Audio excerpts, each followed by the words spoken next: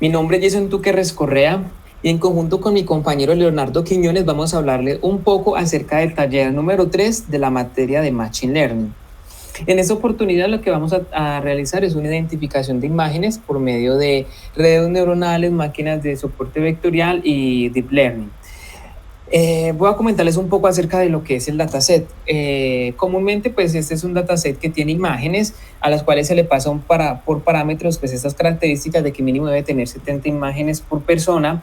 Imprimimos como tal las características a cada imagen, es decir, a quién pertenecen. Nos vemos que es Colin Powell, Donald Rosemet, y seguidamente lo que hacemos es graficar esas imágenes, las imágenes obtenidas. Posterior a ello, vamos a visualizarlas con PCA.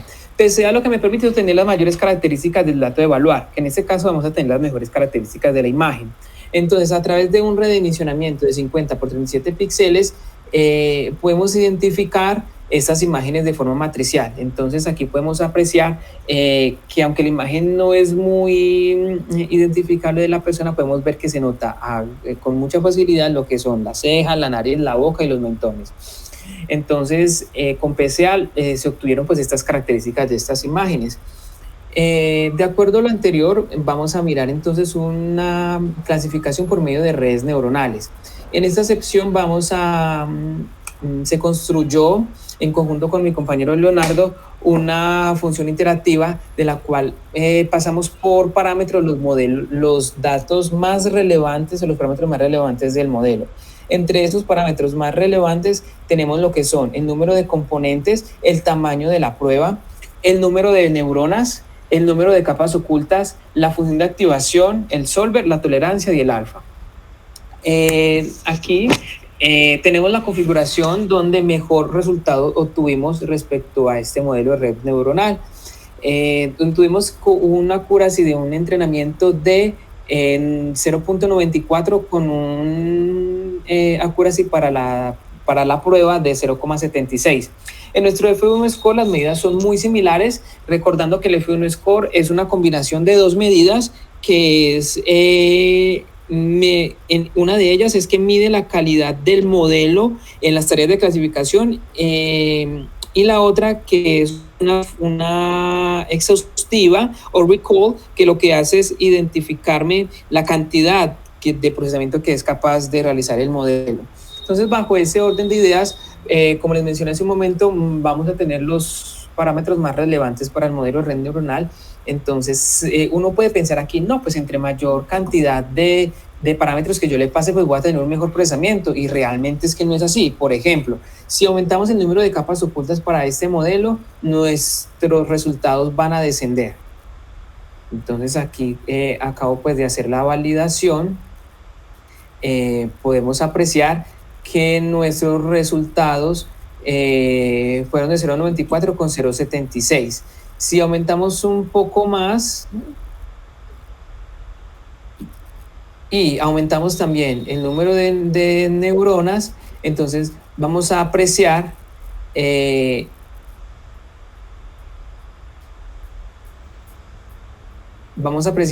nuestros resultados empiezan a descender. Demos un momento a que acabe de compilar como tal nuestros nuevos cambios. Y cabe agregar que se demora mucho más, 7 segundos, mientras que el otro se está demorando 1, 2, 3. Entonces, en este orden de ideas a lo que acabo de mencionar mi compañero Leonardo, es decir, en temas computacionales, los tiempos de ejecución de un algoritmo son realmente relevantes porque eso cuesta dinero. Continuando con la máquina de soporte vectorial, pues que fue una creación posterior a las redes neuronales, podemos apreciar que los parámetros más relevantes para nuestra máquina de soporte vectorial pues son el número de componentes, el tamaño de la prueba, el número de valores, el tipo de kernel, que es algo supremamente relevante, y la tolerancia. Aquí hay algo muy relevante con la tolerancia, lo que nos pasó también en el modelo de redes neuronales, y es que a mayor tolerancia nuestro modelo presenta una mejor proyección en accuracy, pero se supone que entre menor tolerancia tenemos en nuestro modelo va a tender a converger de una forma más adecuada. pero pues acá pues no fue realmente esta situación, se presentó esta situación. Entonces aquí bajo estos parámetros tenemos un modelo PCA de modo off. Entonces, en esta sección de modelo de máquina vectorial no mejora no es en gran proporcionalidad como en la red neuronal lo que son las medidas de accuracy, pero sí lo que se hace es que aumenta o disminuye la cantidad en el tiempo de ejecución. Por ejemplo, en esta sección, cuando no tenemos modelo de PCA, nos demoramos 5,87 segundos. A diferencia de cuando aplicamos modelo de PCA, obtenemos un 1,67 segundos. Entonces, además de que mejora un poco el rendimiento. Entonces como que ayuda en la clasificación. exactamente, es decir, tenemos una mejora en todo el sentido de la palabra, tanto de rendimiento en tiempo como rendimiento en el porcentaje de clasificación. Entonces, pues sí o sí debemos de usar PCA. Ahora le voy a dar la palabra a mi compañero Leonardo para que nos explique un poco acerca de lo que se trabajó con Deep Learning. Listo. Bueno, yo continúo con la parte de Deep Learning. Lo primero que vamos a hacer es pues la descarga de los datos. Y aquí vamos a ver pues algo muy interesante y es la recogida de los datos. Y es que no vamos a utilizar el data que utilizamos en el anterior, sino que utilizamos las imágenes, porque lo que vamos a hacer es un modelo de clasificación ya de imágenes. Entonces necesitamos sacar nuestra parte que son nuestros X y nuestros Y. Los X dependen de las imágenes y los Y son esas clases. Y las clases pues son los nombres, o sea, estos nombres de los famosos que tenemos. Entonces, aquí lo que vemos es que la matriz entonces es de 1030 muestras y son 50 píxeles por 37 píxeles. Aquí está primero la altura y después el ancho. Eso lo vamos a ver después y generó algunas dificultades en el tratamiento del modelo.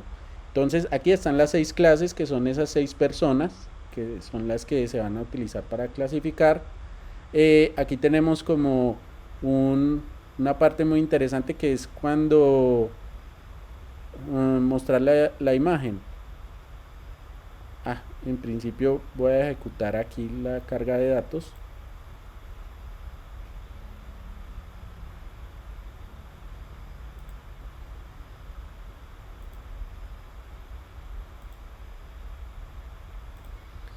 Y es muy interesante pues porque podemos imprimir la imagen y con el uso de un número aleatorio pues podemos imprimir pues cualquier imagen dentro del dataset. Entonces, por ejemplo, este señor es Gerard Schoren y si lo cambiamos pues nos da Colin Powell, pero lo más interesante es que estas ya tienen el tag. Entonces, listo, esas son nuestras imágenes y lo que hacemos es una normalización para dejarlas todas como del mismo tamaño de profundidad de color o profundidad de datos. Una parte importantísima, como esto es un modelo de Deep Learning, él tiene un modelo de entrenamiento iterativo. Entonces esa parte, a diferencia del otro que tenía entrenamiento y testing, pues este tiene entrenamiento y dentro del entrenamiento tiene una validación y después hace el testing, el último, el normal. Entonces eso se hace porque este modelo lo que va es entrenando y validando y lo va haciendo iterativamente y genera un modelo que después lo podemos utilizar para generar las predicciones. Aquí sacamos el valor de la validación, pues es un porcentaje de un 10%, entonces de ese 1030 pues sacamos 100. Aquí hacemos un redimensionamiento. Este es muy importante porque es coger y convertir esa matriz que teníamos arriba, convertirla ya en una matriz que se va a convertir en una imagen.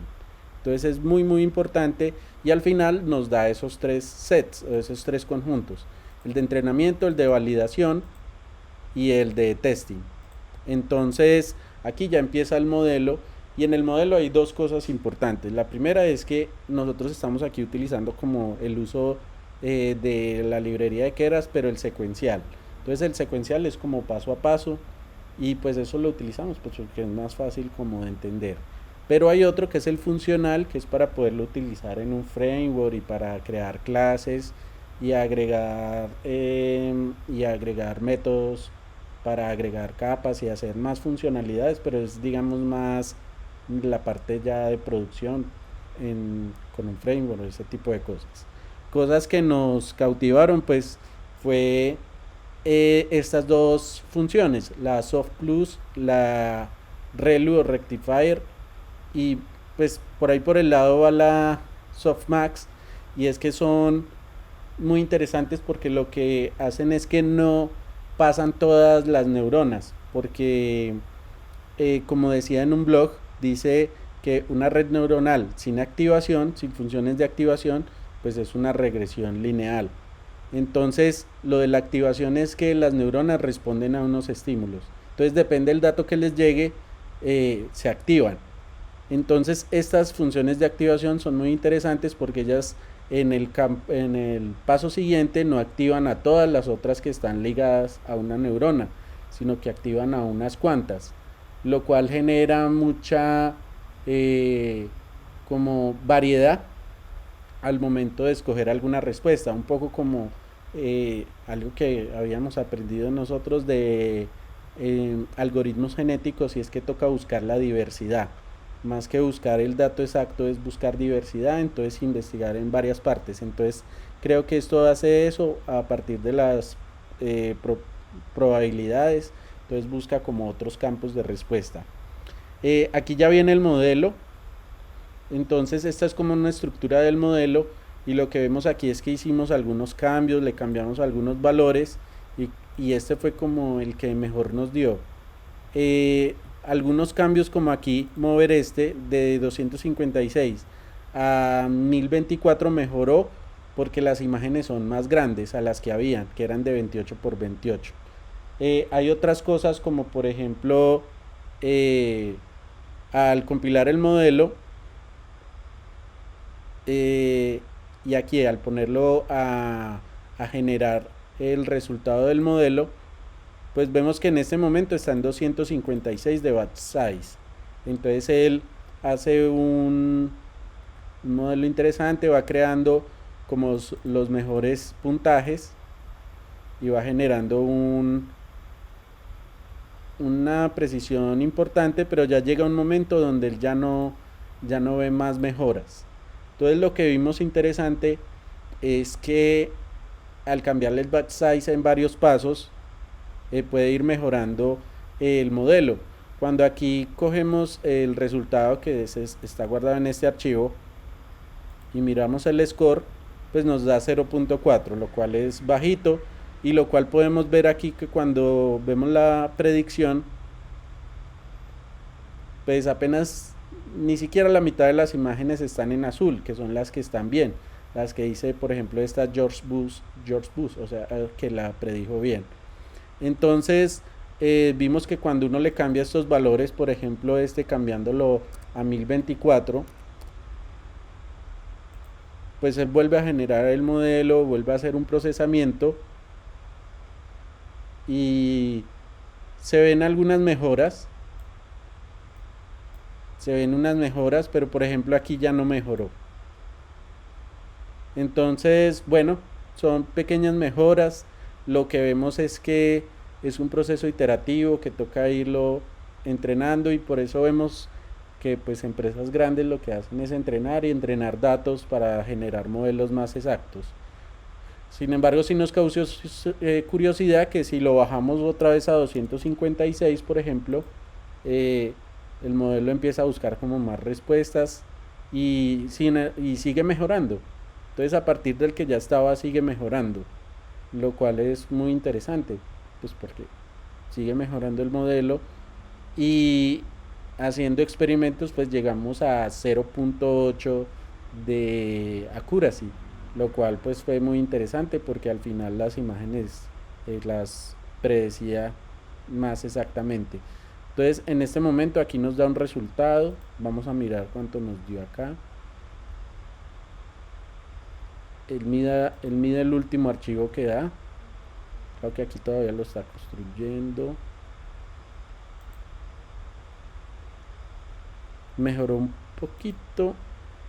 Vamos a ver. 4.8. Aquí se puede probar de muchas maneras. Vamos a probar con este por último.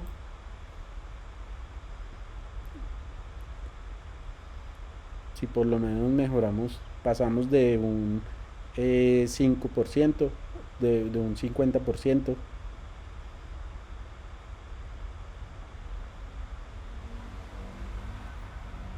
Lo que vemos es que si el batch es bajo también se demora un poco menos.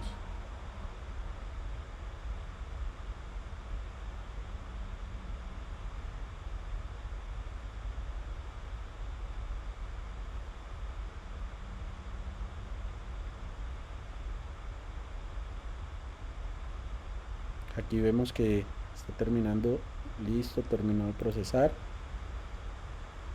Compilamos. Subió casi a 7. Entonces aquí probamos la predicción